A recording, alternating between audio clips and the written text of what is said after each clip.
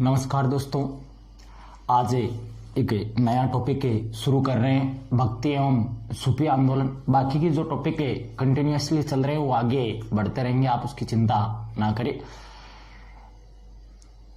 Video आगे बढ़ाने से पहले अगर आपने अभी तक मेरे इस चैनल को सब्सक्राइब नहीं किया है तो सबसे पहले चैनल को सब्सक्राइब करें। वीडियो आपको पसंद आए तो इसे लाइक करें और शेयर अवश्य करें। बात करते हैं भक्ति एवं सूफी आंदोलन। क्या है ये भक्ति आंदोलन और क्या है सूफी आंदोलन? भक्ति आंदोलन 6वीं शताब्दी में शुरू हुआ था, तो सूफी आंदोलन थोड़ा उससे बाद में शुरू हुआ है, या 8वीं शताब्दी में शुरू हुआ आंदोलन। भक्ति आंदोलन हिंदू धर्म से संबंधित है और सूफी आंदोलन मुस्लिम धर्म से संबंधित है। भक्ति और सूफी आंदोलन हिंदू और मुस्लिम दोनों धर्मों में एक समानांतर चला एक ऐसा आंदोलन था जो दोनों ही धर्मों में धार्मिक आडंबरों से दूर रहते हुए मूल धार्मिक भावनाओं तक पहुंचाने वाला आंदोलन था।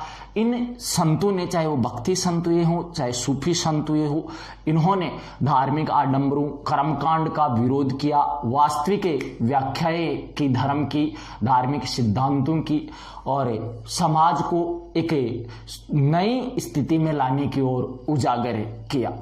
आज हम आगे बढ़ेंगे सूफी आंदोलन को, फिर उसके बाद में भक्ति आंदोलन को। सूफी आंदोलन जो है, सूफी आंदोलन की शुरुआत हुई थी 8वीं शताब्दी में। 8वीं शताब्दी में सूफी आंदोलन की शुरुआत मानी जाती है ईरान से। ईरान के कूफा शहर से पहली बार सूफी विचारधाराओं का उदय हुआ था। इन्होंने इस्लाम धर्म के जो धार्मिक आडंबर थे उनके विरुद्ध आवाजें उठाई थी। ये इस्लाम की मूल परंपराओं को मानते थे सूफी संत, परंतु जो अन्य कर्मकांड और धार्मिक आडंबर थे उनका ये विरोध किया करते थे। सूफी शब्द जो है अरबी भाषा के सफा शब्द से उत्पन्न हुआ है। सफा का अर्थ होता है पवित्रता, अर्थात आध्यात्मिक और मानसिक रूप से पवित्र। सफा से उत्पन्न हुआ है, सफा का अर्थ होता है पवित्रता। ये याद रखना आप इसमें। फिर उसके पश्चात आगे चलते हैं। सूफी संत जो है ये दो अलग अलग विचारधाराओं, दो परंपराओं के हुए हैं। सूफी में एक आई है बेसरा और एक आई है बा सरा। दो परंपराएं प्रचलित रही है सूफी मंतों में, एक बेसरा और एक बासरा। बेसरा वो परंपरा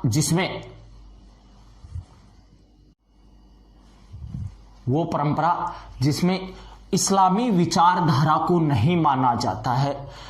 इस्लामी विचारधारा के बंधन में बंधे हुए सूफी संत कहलाते थे बासरा, और इस्लामी विचारधारा से मुक्त रहने वाले सूफी संत कहलाए हैं बेसरा। अब आगे बढ़ाता हूं इसी पार्ट को। सूफी जो संत हुए हैं, इन्हें सूफी संतों ने उपदेश दिए हैं, समाज को अपने ज्ञान का प्रचार प्रसार किया है।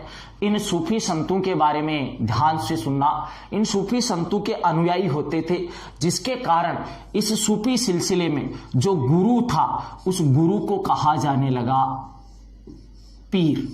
कई जगह गुरु को मुर्शिद भी लिखा गया है, ये ध्यान देना आप। गुरु को पीर या मुर्शिद कहते थे। इसी गुरु के जो शिष्य होते थे उन शिष्यों को कहा जाता था मुरीद। फिर ध्यान देना, प्रत्येक गुरु या सूफी संत का एक निवास स्थान होता था।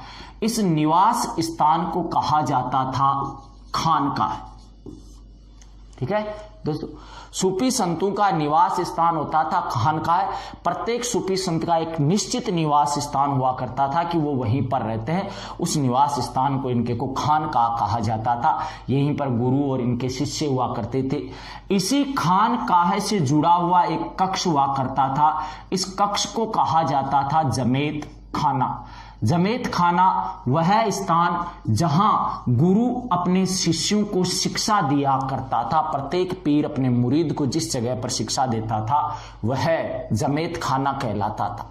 यही प्रत्येक पीर अपने अंतिम समय में अपना एक उत्तराधिकारी नियुक्त किया करते थे। उस उत्तराधिकारी को कहा जाता था वली। ठीक है, इनकी शब्दावलियों पर विशेष ध्यान देना।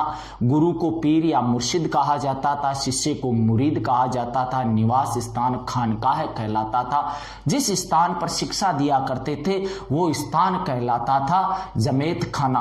प्रत्येक पीर का एक उत्तराधिकारी होता था जो कहलाता था वली। फिर उसके पश्चात आगे ध्यान देना इन्हीं में इन सूफी संतों के कथन और विचार, जो ये अपने कथन विचार उपदेश वगैरह देते थे, उनका संकलन जो है ये कहलाता है मलफूजात। कथनों का, सूफी संतों के पत्रों का जो संकलन है वो कहलाता है मकतूबात। सूफी संतों के उपदेशों, कथनों और विचारों का जो संकलन किया गया है उसको मलफूजात कहा जाता है। इनके जो पत्र लिखे हुए हैं उनको मकतूबात कहा जाता है। फिर उसके पश्चात आगे चलते हैं हम इसी में, तो ध्यान देना सूफी जो संत है, इन सूफी संतों का विश्वास था समा में। इनका मानना था कि समा के माध्यम से यह फना हो सकते हैं। समा का मतलब होता है नृत्य और संगीत। इनका मानना था नृत्य और संगीत से फना यानी ईश्वर प्रेम में विहल होना, ईश्वर की प्राप्ति में सहायक होना। नृत्य और संगीत के माध्यम से इनका मानना था कि ये ईश्वर को रिझा सकते थे। फिर उसके पश्चात आगे सुनना इन्हीं के बारे में। सूफी संतों में सबसे पहले जो सूफी रहस्यवादी संत हुई है, महिला संत, इसका नाम है रबिया। तो सबसे पहला पुरुष मंसूर बिन हल्लाज हुआ है सूफी संत। इन्होंने ही सूफी मत को आगे बढ़ाया था। कालांतर में मंसूर को मृत्युदंड भी दिया गया था। मंसूर बिन हल्लाज ने समुद्री मार्ग के माध्यम से भारत की भी यात्रा की थी, परंतु ये पहला सूफी संत। आपको ये विशेष बात याद रखनी है। फिर उसके पश्चात आगे ध्यान देना, सूफी संतों में ही संत हुआ है, नाम है इब्न उल अराबी। इब्न उल अराबी पहला सूफी संत हुआ था जिसने सिद्धांत प्रस्तुत किया था वहादत उल वजूद का। वहादत उल वजूद का अर्थ होता है ईश्वर एक है, आत्मा और ईश्वर एक है, सब कुछ एकत्व के सिद्धांत को प्रतिपादित करने वाला सिद्धांत है वहादत उल वजूद का। आगे चलकर इस सिद्धांत का कई सूफी संतों ने खंडन भी किया है, जिसके बारे में भी हम चर्चा करेंगे उन्हीं सूफी संतों में।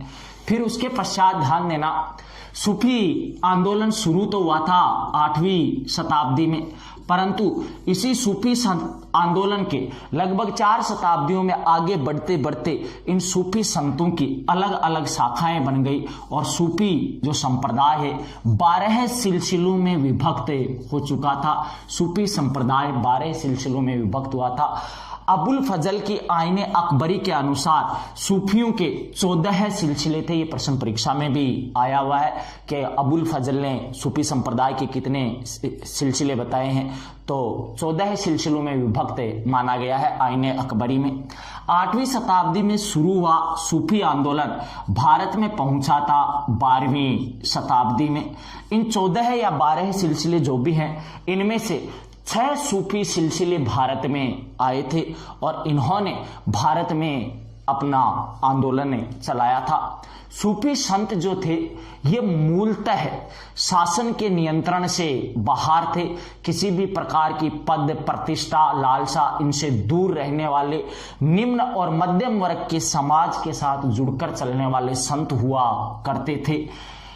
जो संत राजकीय नियंत्रण से बाहर थे उनके लिए शब्द काम में आया है विलायत। वो संत जो राजकीय नियंत्रण से बाहर है उनके लिए सूफी परंपरा में शब्द काम में लिया गया है विलायत। अब हम देखते हैं भारत में आए हुए इन सूफी सिलसिलों को। अब देखो, भारतीय सूफी सिलसिलों में भारत में आने वाला पहला सूफी सिलसिला था चिश्ती सिलसिला या चिश्ती संप्रदाय, जिसे आप कह सकते हो। आज हम जानकारी लेते हैं इसी चिश्ती सिलसिले के बारे में। चिश्ती जो सिलसिला है, इसकी नींव डाली गई थी ख्वाजा अब्दुल इसाक सामी चिश्ती के द्वारा। चिश्ती सिलसिले का मूल संस्थापक है ख्वाजा अब्दुल इसाक सामी चिश्ती। चिश्ती संप्रदाय की नींव भारत से बाहर हेरात में डाली गई थी। ठीक है दोस्तों, अब आगे ध्यान देना, इसी चिश्ती संप्रदाय की शाखा को भारत में लेकर आने वाला सूफी संत हुआ था ख्वाजा मोइनुद्दीन चिश्ती। ख्वाजा मोइनुद्दीन चिश्ती 1192 में मोहम्मद गोरी के दूत के रूप में भारत आया था। ख्वाजा मोइनुद्दीन चिश्ती ने भारत में चिश्ती सिलसिले की नींव रखी। इस्लामी सुधार आंदोलनों की नींव रखता है ख्वाजा मोइनुद्दीन चिश्ती। ख्वाजा मोइनुद्दीन चिश्ती ने अपनी खानकाह अजमेर में स्थापित की थी। भारत में सूफी संप्रदाय का संस्थापक पूछ ले, चाहे चिश्ती सिलसिले का संस्थापक पूछ ले, एक ही उत्तर होता है ख्वाजा मोइनुद्दीन चिश्ती, जिनकी खानकाह अजमेर में थी, अर्थात ये अजमेर में रहा करते थे। अब देखो, भारत में आगे बढ़ाते हैं इस सिलसिले को। भारत का पहला सूफी संत ख्वाजा मोइनुद्दीन चिश्ती।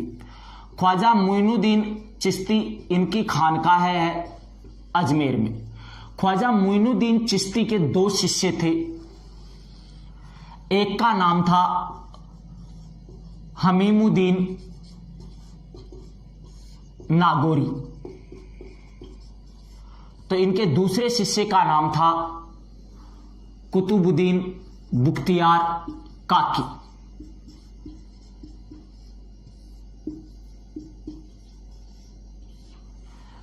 ये ख्वाजा मोइनुद्दीन चिश्ती के शिष्य हैं। ख्वाजा मोइनुद्दीन चिश्ती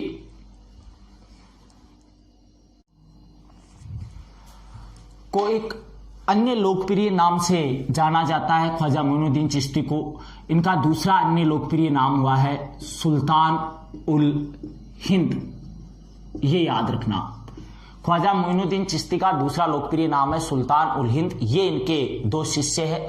हमीमुद्दीन नागौरी ने अपनी खानकाह स्थापित की थी दोस्तों नागौर में। ठीक है, आई बात समझे। हमीमुद्दीन नागौरी की खानकाह थी नागौर में। हमीमुद्दीन नागौरी को सुल्तान उल तारकिन के नाम से भी जाना जाता है। ये प्रश्न बहुत बार आया हुआ है परीक्षा में। कई पूछते हैं हमीमुद्दीन नागौरी की खानकाह कहाँ है, कई पूछते हैं सुल्तान उल तारकिन के नाम से किसे जाना जाता है, तो वो है हमीमुद्दीन नागौरी। फिर उसके पश्चात आगे आते हैं कुतुबुद्दीन बुख्तियार काकी। कुतुबुद्दीन बुख्तियार काकी, जिनकी स्मृति में कुतुब मीनार का निर्माण हुआ है। ध्यान रखना, कुतुबुद्दीन ऐबक के समकालीन थे। कुतुबुद्दीन बुख्तियार काकी के दो शिष्य हुए हैं। पहले शिष्य का नाम है शेख फरीदुद्दीन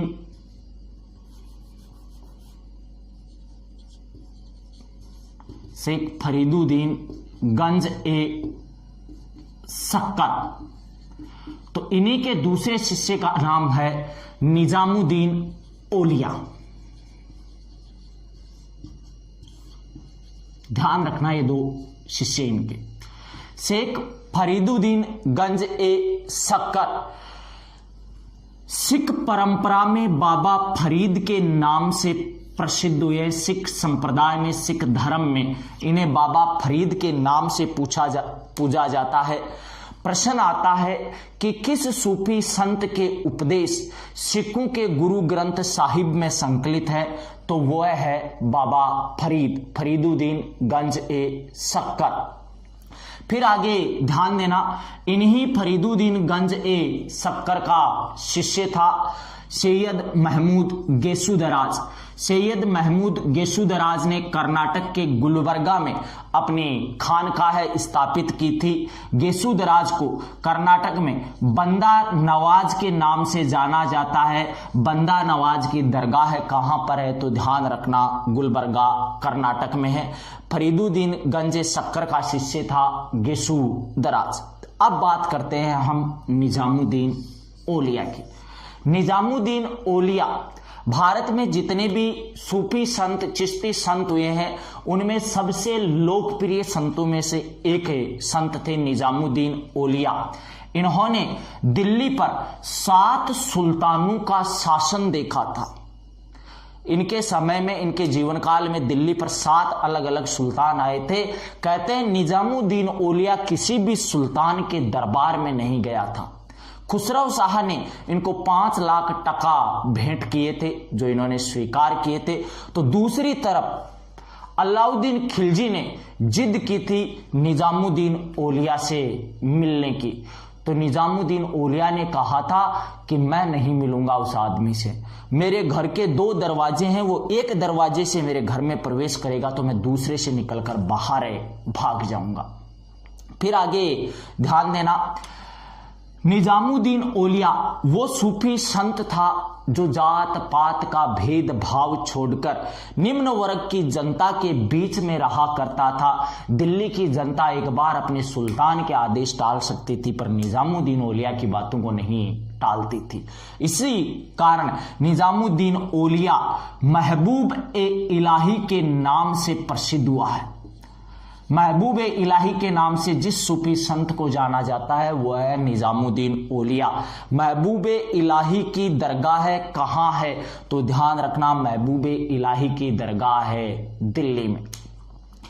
निजामुद्दीन औलिया के बारे में आगे की बात सुनना। निजामुद्दीन औलिया की ही लोकप्रियता से घबरा गया था गयासुद्दीन तुगलक। तो गयासुद्दीन तुगलक ने निजामुद्दीन औलिया को दिल्ली छोड़ने की धमकी दी थी, आदेश दिया था। तो निजामुद्दीन औलिया ने भी एक बात कही थी, दिल्ली अभी दूर है, जो मैं आपको दिल्ली सल्तनत में बता चुका हूं। तो ऐसा सिद्धांत भी इनके बारे में प्रतिपादित हुआ है। निजामुद्दीन औलिया का शिष्य था अमीर खुसरो। कहते हैं औलिया और खुसरो के बीच, गुरु शिष्य के बीच बहुत अधिक गहरा संबंध था, दोनों का दिल से लगाव था। निजामुद्दीन औलिया की मृत्यु का समाचार सुनने के पश्चात उनके शिष्य अमीर खुसरो ने भी अपने प्राण त्याग दिए थे। अमीर खुसरो भारत में पैदा हुआ पहला भारतीय सूफी संत है। ये बाकी के जितने भी नाम लिख रखे हैं, इनका जन्म भारत से बाहर हुआ है, ये याद रखना आप, ठीक है। तो अमीर खुसरो ने भी निजामुद्दीन औलिया के साथ ही प्राण त्याग दिए थे।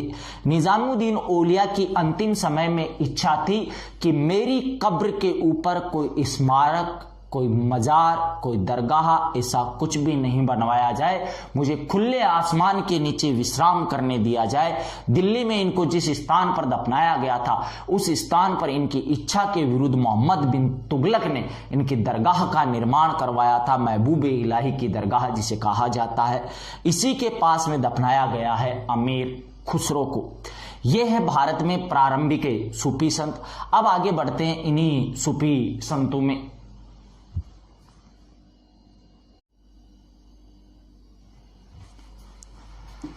अब देखिए जो अन्य प्रसिद्ध सूफी संत हुए हैं।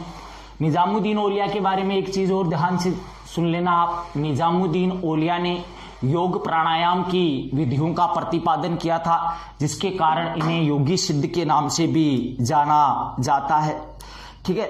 फिर उसके पश्चात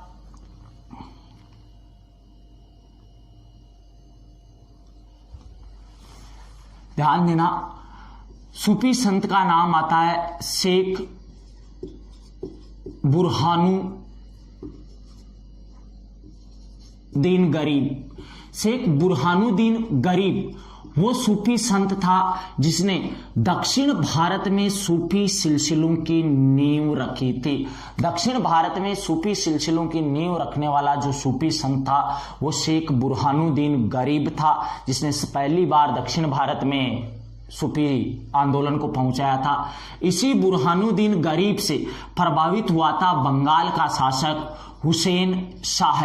हुसैन शाह ने शेख बुरहानुद्दीन गरीब से प्रभावित होकर के अपना प्रसिद्ध सत्ते पीर आंदोलन चलाया था। इसके अलावा अगर बात की जाए अन्य सूफी संतों में, तो मुगल काल में एक प्रसिद्ध सूफी संत हुआ था जिसका नाम है शेख सलीम चिश्ती। शेख सलीम चिश्ती जिन्हें को अकबर ने और जहांगीर ने संरक्षण प्रदान किया था। इसी शेख सलीम चिश्ती की खानकाह थी फतेहपुर सीकरी। फतेहपुर सीकरी का जो महल है, उस फतेहपुर सीकरी के महल में शेख सलीम चिश्ती की दरगाह भी बनी हुई है। शेख सलीम चिश्ती के आशीर्वाद से ही जहांगीर का जन्म हुआ था। ये प्रसिद्ध सूफी संत रहे हैं मुगल कालीन सूफी संतों में। फिर आगे ध्यान देना दोस्तों, ये जो सूफी सिलसिले हैं जिसमें चिश्ती सिलसिला है, चिश्तियों की 3 शाखाएं हुई है। नागौरी संत हमीमुद्दीन नागौरी, साबिरी और निजामी। ये 3 शाखाएं हैं, 3 भागों में विभक्त हुआ चिश्ती सिलसिला।